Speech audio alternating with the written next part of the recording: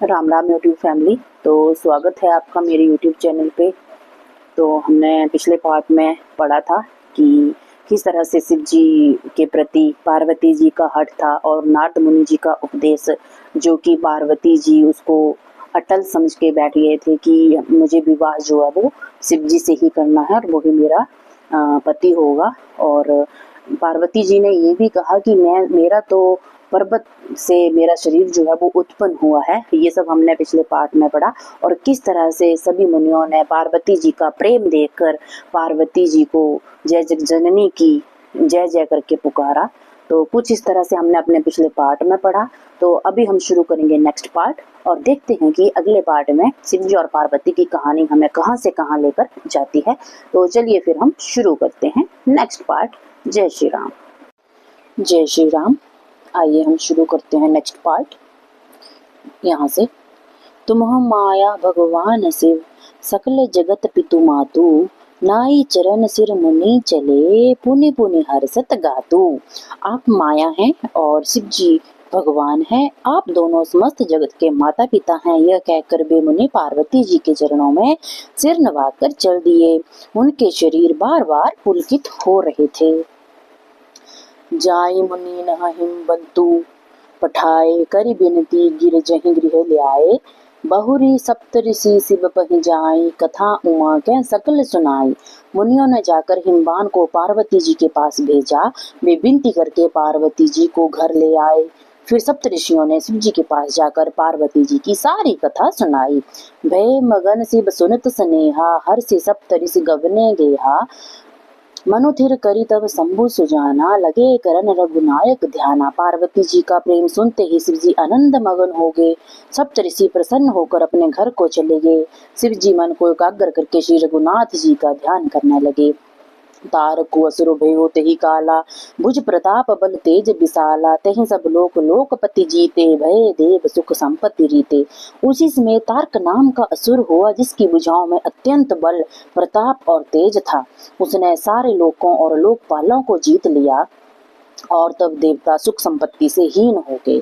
अजर अमर सो जीती न जाई, हारे सुर करे विविध लड़ाई। तब बिरंची सन जाई पुकारे, देखे विधि सब देव दुखारे।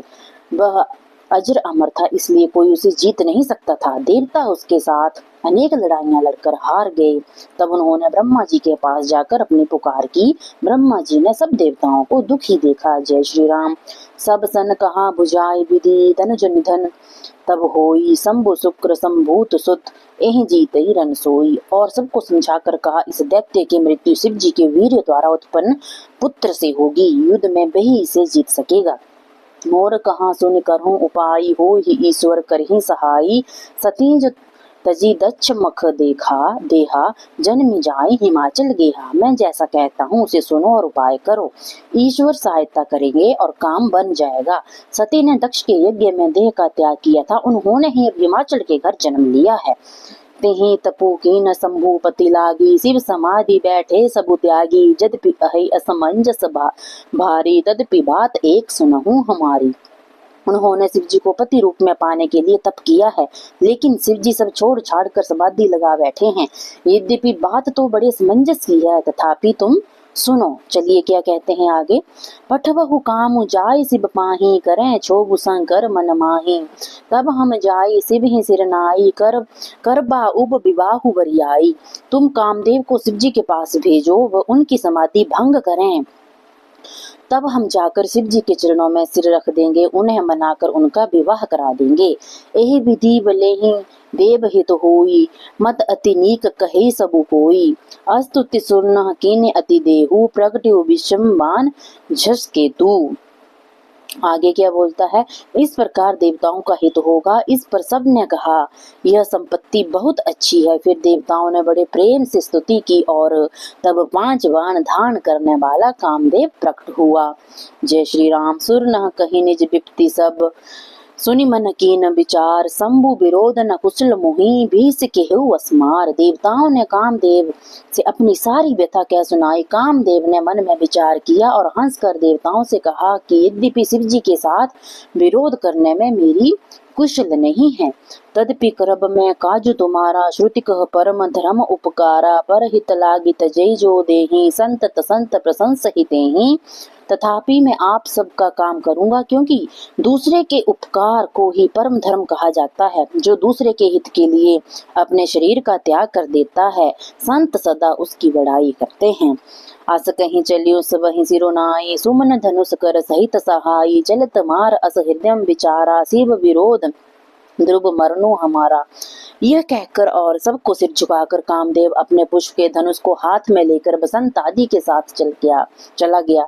चलते समय कामदेव ने हृदय में ऐसा विचार किया कि शिव जी के साथ विरोध करने में मेरी मृत्यु निश्चित है। तब आपन प्रभाव विस्तारा, निज बस कीन सकल संसारा, को जब ही बारीचर के तू, छन महु मिटे सकल श्रुति से तू। तब उसने अपना प्रभाव फैलाया और पूरे संसार को अपने बस में कर लिया। उस मछली के चिन्ह की ध्वजा वाले कामदेव के कुपित होते ही क्षण भर में वेदों की मर्यादा मिट गई। ब्रह्माचर्य व्रत संयम नाना, धीरज धर्म ज्ञान विज्ञाना, सदाचार जब जप जोग विरागा, सबे विवेक कटकु सबु भागा। ब्रह्मचर्य नियम, नाना प्रकार के संयम, धीरज धर्म ज्ञान विज्ञान, सदाचार जप योग वैराग्य आदि ज्ञान रूपी सारी सेना डरकर भाग खड़ी हुई। बोलिए जय श्री राम। भाग्यु विवेकु सहाय सहित, सो सुभट सो संजुग मही मुरे, सदग्रंथ पर्वत कंदर नहीं, महु जाय ते अवसर दुरे। होनिहार का करतार को, रखबार जग खर भरूपरा, दुई माथ के रति नाथ जेहि, कहूँ गोपी कर धन सरु धरा। ज्ञान को अपने सहायकों सहित भागना पड़ा। योद्धा रणभूमि से पीठ दिखा भाग खड़े हुए। सत्य सदाचार ज्ञान वैराग्य संयम नियम आदि ग्रंथों में ही लिखे रह गए। लोगों ने उनका आचरण करना छोड़ दिया। संपूर्ण जगत में खलबली मच गई। सभी लोग घबराकर कहने लगे, हे विधाता, अब क्या होने वाला है? अब हमारी रक्षा कौन करेगा? ऐसा दो सिर वाला कौन है जिसके लिए रति के पति कामदेव ने क्रोधित होकर धनुष बाण उठा लिया है? जय श्री राम। जे सजीव जग अचर चर नारी, पुरुष असनाम, ते निज निज मर जाद तजी, भय सकल बस काम। संसार में स्त्री पुरुष अथवा चर अचर प्राणी थे। वे सब अपनी अपनी मर्यादा छोड़कर काम के वशीभूत हो गए। सबके हृदय मदन अभिलाषा, लता निहारी न वही तरु शाखा। नदी उमंगी हम बुद्धि कहूँ धाई, संगम करें तालाब तलाई। सबके हृदय में काम इच्छा जागृत हो गई। बेलों को देखकर वृक्षों की डालियां झुकने लगी। नदियां उमड़ घुमड़ कर समुद्र की ओर दौड़ने लगी और ताल तलैया भी आपस में मिलने जुलने लगे। जहाँ असी दशा जड़ न कै बरनी, को कहे सके सचेतन करनी। पशु पक्षी नभ जलथर चारी, भय काम बस समय बिसारी। जब वृक्ष नदी आदि की यह दशा हो गई, तब चेतन जीवों की स्थिति कौन कह सकता है। आकाश जल और पृथ्वी पर विचरने वाले सारे पशु पक्षी स्नेह भुलाकर काम के वशीभूत हो गए। मदन अंध व्याकुल सब लोका, निसी दिनो नहीं अब लोक ही कोका। देव दनुज नर किन्नर ब्याला, प्रेत पिशाच भूत बिताला। सब लोग कामांध होकर व्याकुल हो गए। चकबाचक भी रात दिन काम के दास बन गए। देव दैत्य मनुष्य किन्नर सर्प प्रेत पिशाच भूत बेताल, इन्ह के दसान केहूँ बखानी। सदा काम के चेरे जाने, सिद्ध विरक्त महामुनि जोगी। देपी काम बस भय वियोगी। ये तो सदा ही काम के दास हैं, इसलिए मैंने इनकी दशा का वर्णन नहीं किया। सिद्ध विरक्त महामुनि और महान योगी भी काम के बस होकर कामिनी स्त्रियों में आसक्त हो गए। भय काम बस जोगी तापस, पावर नहीं की कौ कहें। देखे ही चराचर नारी में, जे ब्रह्ममय देखत रहें। अबला बिलो कहीं पुरुषमय, जगु पुरुष सब अबलामयम। दुई दंड भरी ब्रह्मांड भीतर, काम कृत कौतुक अयम। योगी और तपस्वी भी जब काम सक्त हो गए, तब मनुष्यों की कौन कहे। जो समस्त चराचर जगत को ब्रह्मामय देखते थे, अब उसे स्त्री में देखने लगे। स्त्रियां सारे संसार को पुरुष में देखने लगी और पुरुष उसे स्त्री में देखने लगे। 2 घड़ी तक सारे ब्रह्मांड के भीतर कामदेव द्वारा रचित यह तमाशा चलता रहा। बोलिए जय श्री राम। धरे न कहूँ धीर सबके मन मन, सिज हरे जे राखे रघुवीर ते उबरे ते ही काल महु। किसी ने भी हृदय में धैर्य धारण नहीं किया। कामदेव ने सबके मन हर लिए। श्री रघुनाथ जी ने जिनकी रक्षा की, केवल वे ही उसमें बचे रहे। उभे घरी अस कौतुक भयूं, जो लगी काम शंभु पहि गयूं। सिब ही बिलो की संस के मारू, भयो जथा तिथि सबु संसारू। 2 घड़ी तक ऐसा तमाशा होता रहा। तब कामदेव शिव जी के पास पहुंच गया। शिव जी को देखकर कामदेव डर गया। तब सारा संसार फिर जैसा का तैसा हो गया। भय तुरत सब जीव सुखारे, जिमि मद उतरि गए मतवारे। रुद्र ही देखी मदन भय माना, दुराधरस दुर्गम भगवाना।